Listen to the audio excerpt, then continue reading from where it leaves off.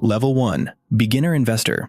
You open your investment account for the first time. The screen looks simple. Buy, sell, numbers moving up and down, but none of it feels simple. You deposit your first $500. Not a large amount, but enough that it matters to you.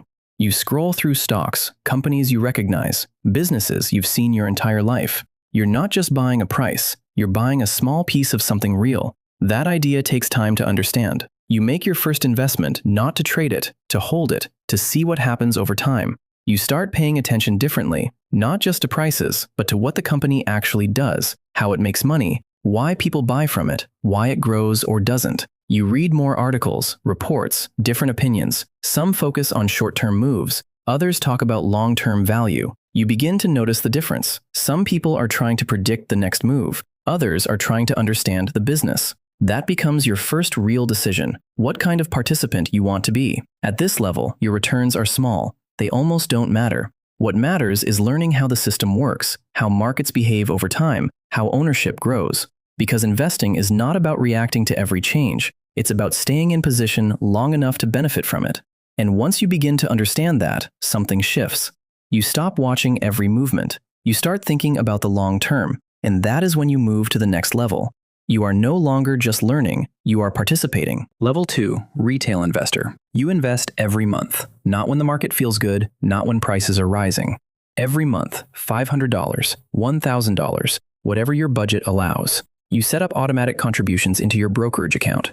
From there, you allocate your money into specific assets, index funds tracking the S&P 500, exchange-traded funds focused on sectors, a few individual stocks you've researched. Your portfolio starts to take shape, not randomly. By allocation, 60% equities, 20% ETFs, 20% cash, or short-term holdings. You begin to understand what diversification actually means. Not just owning multiple stocks, owning assets that behave differently under the same conditions. The market drops, your portfolio drops with it. Not 1% or 2%, sometimes 10%, sometimes more. This is the first real test. You don't sell because you understand something now. Volatility is not risk. Selling at the wrong time is. You continue investing through it month after month. This is called dollar cost averaging. You are not trying to time the market, you are building exposure to it. Your returns are still relatively small, but your behavior is no longer random. It is structured. You track your portfolio, total return, cost basis, allocation percentages. You begin thinking in terms of years, not days. Because at this level, the goal is not to outperform the market, it is to stay invested long enough to benefit from it. And once your portfolio reaches a size where movement starts to matter, your strategy has to evolve. You are no longer just participating, you are building something that compounds. Level 3. Consistent Investor. If your portfolio crosses $100,000 and that number changes how you pay attention, a 1% move is no longer abstract, it's $1,000. A strong year in the market can add $8,000 to $12,000 without any additional contributions. For the first time, returns feel real. You stop thinking only in terms of how much you contribute and start thinking about compounding. Your strategy becomes more defined. You set a target allocation, such as 70% equities, 20% fixed income, and 10% cash or alternatives, and you stick to it. You begin rebalancing your portfolio based on those percentages, not on emotions. If equities grow too large, you trim. If they fall, you add. You start focusing on risk-adjusted returns, not just how much you make, but how much risk you take to achieve it. You pay attention to volatility, drawdowns, and how your assets move in relation to each other. Market corrections no longer feel like a crisis. They feel like part of the process. You also begin optimizing taxes by holding assets long enough to qualify for long-term capital gains and using tax-advantaged accounts when possible. At this level, your behavior becomes consistent. You invest regularly, maintain your allocation, and follow your strategy regardless of short-term market movements.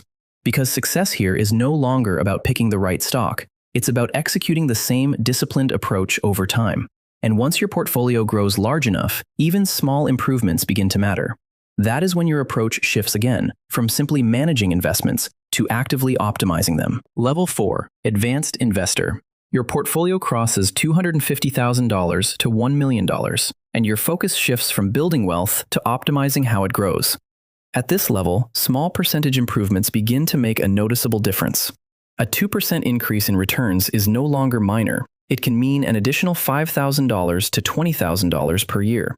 You move beyond basic asset allocation and begin refining your strategy. You adjust exposure across asset classes based on risk, time horizon, and market conditions. Equities still drive growth, but you start adding more structure through fixed income, real estate, or alternative assets. You pay closer attention to tax efficiency. You place high turnover investments in tax-advantaged accounts and hold long-term assets in taxable accounts to minimize capital gains taxes. You may begin using strategies like tax loss harvesting to offset gains. You also start evaluating investments based on expected return versus downside risk. Instead of asking, "How much can I make?" you ask, "What is the probability of loss, and how large could it be?" Diversification becomes more intentional. You look at how assets behave during market stress, not just during growth periods. At this level, investing becomes less about individual decisions and more about building a system that performs across different environments. Because as your capital grows, avoiding major losses becomes just as important as generating returns. And once your capital reaches a point where access begins to change, the opportunities available to you change as well. Level 5. High Net Worth Investor. Your investable assets cross $1 million. And that changes how the financial system treats you. You are no longer limited to public markets. New opportunities begin to appear not because the investments themselves changed, but because your capital now qualifies you to access them. You start participating in private investments, including private equity funds, venture capital deals, and real estate syndications. These are not traded on public exchanges. They are introduced through networks, advisors, and financial institutions. The structure is different. These investments often require larger minimums, longer holding periods, and reduced liquidity. Your capital may be committed for 5 to 10 years, with returns distributed over time rather than immediately. In exchange, the potential returns can be higher, but so is the risk. You are now evaluating opportunities based on deal structure, sponsor quality, and expected internal rate of return. You begin working with professionals such as private bankers, financial advisors, and tax specialists, not to replace your decision-making, but to structure your portfolio more efficiently. Your portfolio becomes more complex. Public equities remain important, but they are no longer your only source of returns. You allocate capital across multiple strategies with specific roles, including growth, income generation, and capital preservation. At this level, the challenge is no longer access, it is selection. Because once your capital reaches this scale, opportunities don't need to be found, they are presented. And as your capital continues to grow, investing stops being something you do occasionally. It becomes your primary focus. Level 6. Professional Investor.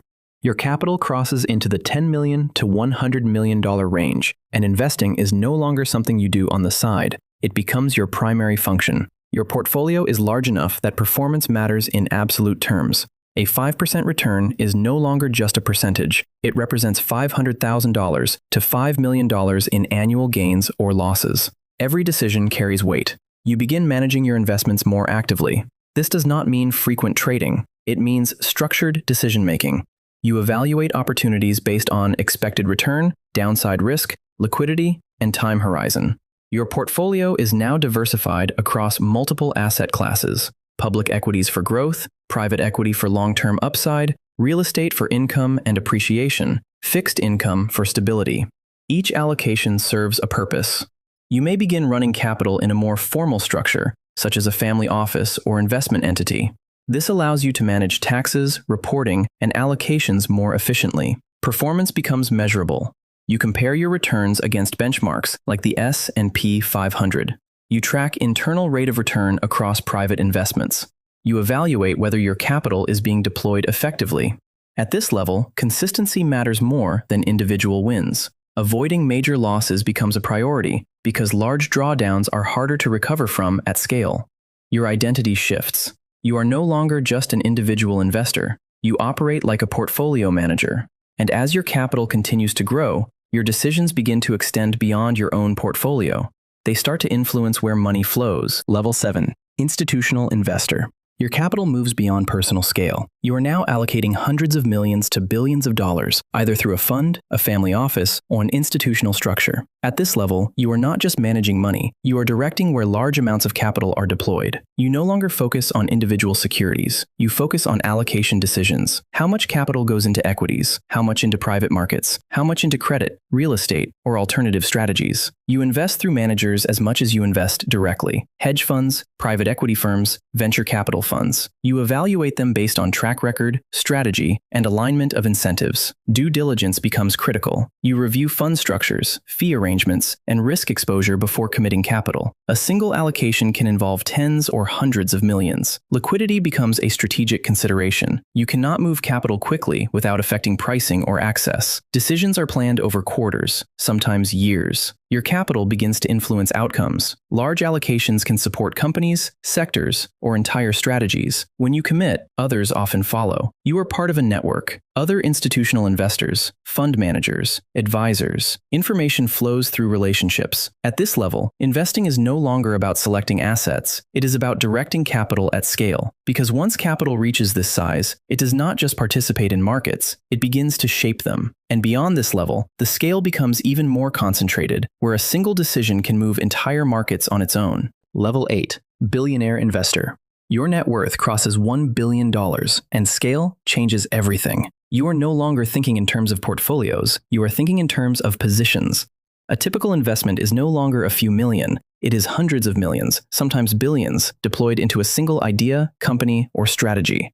Your capital is large enough to take ownership, not just shares, control. You participate in major transactions, acquisitions, large equity stakes, strategic investments that influence how a company operates. Public markets are still relevant, but they are no longer your primary arena. Private markets dominate: direct deals, co-investments, large-scale capital placements negotiated privately. Your decisions carry visible impact. When you take a position in a company, the market reacts. When you exit, it is noticed. Liquidity is no longer simple. Entering or exiting a position requires planning, timing, and coordination.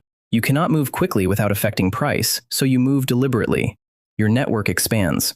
You interact with other large investors, institutional leaders, and executives running major companies. Opportunities at this level are rarely public. They are structured, negotiated, and executed privately. At this scale, investing is no longer just about returns. It is about influence. Where capital flows, which companies grow, which industries expand. Because at this level, you are not reacting to the market reacts to you, and your decisions begin to shape outcomes far beyond your own portfolio.